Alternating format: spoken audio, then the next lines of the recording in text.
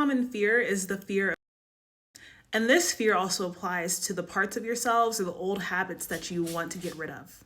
Even the old systems, the old habits, our old self, that self we're trying to get rid of so that we can bring in a new self and like shift our mindset, change our paradigm.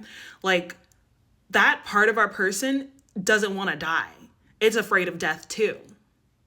And I read this book called Condensed Chaos by Phil Hine, and he mentions that death magic is actually the power to use and like embody boundaries, or like figuring out when something ends and something new begins. Like that's what death magic is really about, is like healing boundaries, and like doing stuff with boundaries.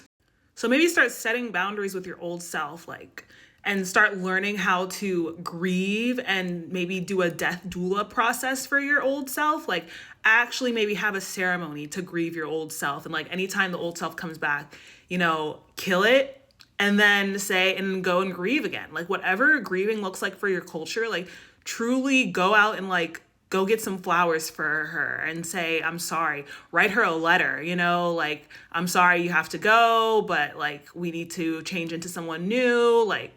And like your old habits too, like say goodbye and say thank you for what you've done for me in my life. You've served me, but grieve and then move on in a new life and a new person.